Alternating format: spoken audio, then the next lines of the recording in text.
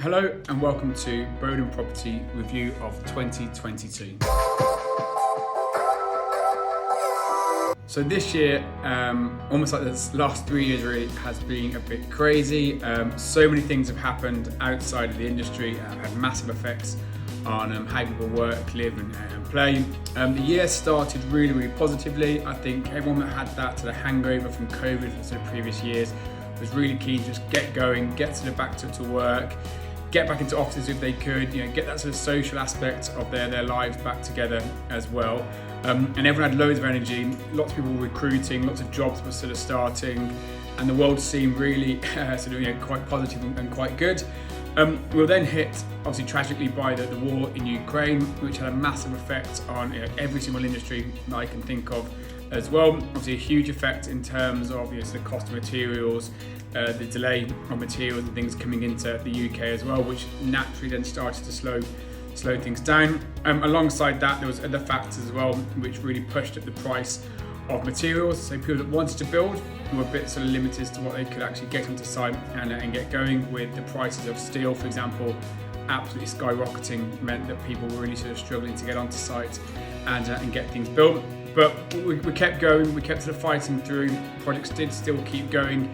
Pretty much every recruiter that you speak to will probably have told you, had one of the best of the 6 months and a really good summer as well, because lots of people were hiring. People had the confidence now to sort of move companies, look at what else was out there after being sort of loyal or sort of maybe redundant for the sort of previous 2 years. So overall, it started off really well. Obviously very sad and tragic about Ukraine as well. What we did also see, and again it's nothing new essentially, is the massive demand for sort of housing and more importantly, affordable housing. Some of our clients that very to the top level, building multi-million pound properties and apartments, second homes, country homes, ski chalets, and that sort of thing, they seem to be quite good. The rich seem to be getting richer, which was obviously sort of fantastic for them, and the money they were sort of spending didn't seem to sort of waver too much. But that sort of middle band and the lower sort of entry band of housing was hit really hard. Again, because the cost of sort of materials, building those houses, they need to be sold for a certain price. And even big companies such as Barclays announced recently that they will be slowing down their production of homes next year, just to sort of hopefully level things out, and with the cost of housing coming slightly down, not below where it was a year or two ago, but just sort of slowly leveling itself out as well. This hopefully is a good sign. We'll see a bit more movement, and if people are buying and selling homes, it's generally pretty good for every industry. You're then going to sell all of your your internals, your FF&E, your TVs, and everything else goes, as long as people have the money to do that. In terms of people having money, obviously we spend every single day talking to our clients and talking to our candidates in terms of how much they want to pay people and how much they want to get paid. And there does seem to be a bit of a difference there in terms of what people think they're worth and what clients are willing to pay for people. This has meant that there's been lots of vacancies, and people will see on job boards and LinkedIn and from recruiters, loads of the vacancies keep building up.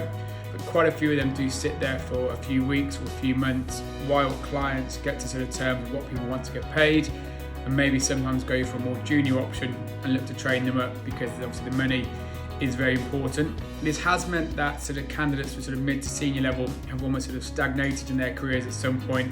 Salaries haven't gone up, perhaps they were overpaid or think they've been overpaid for a year or two. Perhaps they accepted a counter offer, which put a bit of a glass ceiling in terms of what they could earn.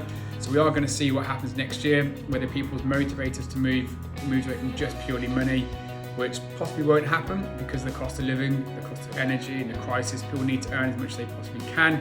So let's just see how that wavers out. But thankfully, there's loads of jobs coming to the market. If you do want to move and have a good option to move and are sensible in terms of where you could go, you're definitely going to find a job. On that, salaries for trades and labour has sort of shot up in the last few years. Obviously we mentioned sort of house builders and commercial developers. Trades and labourers salaries are almost £1,000 a week. So if anyone's got a skilled profession, now is the time to get out there and earn your money essentially, because people do really need their project built, which again, supply and demand means any skilled labourers or skilled people are now worth a bit more perhaps. There's obviously a massive push at the moment for being sustainable, whether that's for companies looking at how they can sort of move their carbon footprint or lower their carbon footprint, even small things like internal emails. You could talk to somebody. I didn't understand myself how that actually did affect people's carbon footprint, and also clients, the materials they use, the way that they're building, the efficiency in what they do, whether they then move to modular buildings, which can in time cut down that sort of carbon footprint, and also the materials that have been used, cutting down more trees and what have you.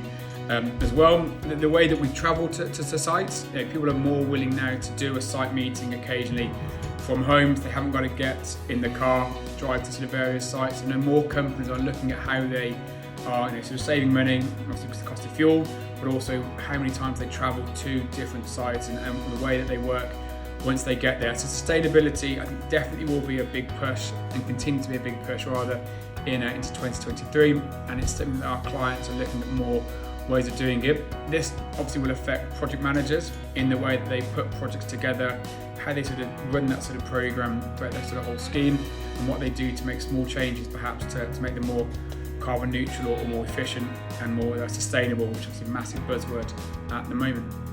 So if I don't speak to you before, or you want to know any more about what we've just discussed today, please do give me a call or drop me an email. Have a good Christmas and a Merry New Year. Thank you.